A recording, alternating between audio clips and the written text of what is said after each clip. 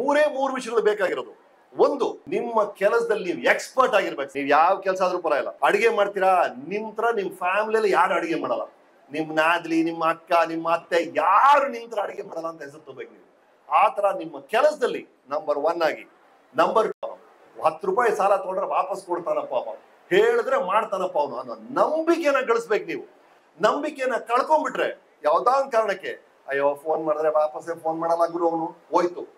ಒಂದ್ ಸ್ಟೆಪ್ ಕೆಳಗಿಳಿದ್ರಿ ನೀವು, ಹಂಗೆ ಒಂದೊಂದ್ ಸ್ಟೆಪ್ ಜಾರ್ಕೊಂಡು ಹೋಗ್ತಿರ್ತೀರಾ ನೀವು. ಆಗ ಎಷ್ಟು ನಂಬಿಕೆಯನ್ನ ಗಳಿಸ್ತಿರೋ ಅಷ್ಟು ಹಾರ್ತಿರ್ ನೀವು.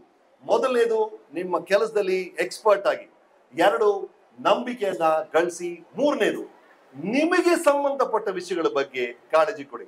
ನಿಮ್ಗೆ ಸಂಬಂಧ ಇಲ್ಲದೇ ಇರೋ ವಿಷಯಗಳು, ನಿಮ್ಗೆ ಪಾಲಿಟಿಕ್ಸ್ ಇಷ್ಟ ಇಲ್ವಾ, ಕ್ರಿಕೆಟ್ ಇಷ್ಟ ಅಲ್ವಾ, ಅದನ್ನ ನೋಡಿ ಅಂತ ಹೇಳ್ತಾ ಇಲ್ಲ. ಆದ್ರೆ ನಿಮ್ಮ ಕ್ಷೇತ್ರಕ್ಕೆ ಸಂಬಂಧಪಟ್ಟಂತ ವಿಷಯಗಳು ಕಾಳಜಿ ವಹಿಸಿ.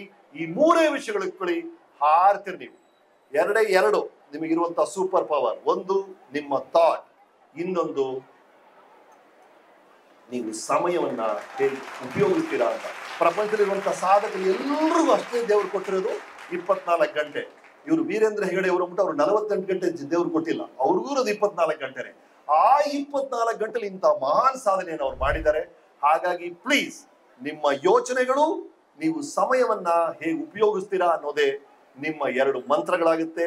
ಈ 2 ಕಡೆ ಗಮನ ಕೊಡಿ. ನಿಮ್ಮನ್ನೆಲ್ಲ ಭೇಟಿ ಮಾಡಿ ಬಹಳ ಖುಷಿ ಆಯ್ತು. ಧನ್ಯವಾದಗಳು.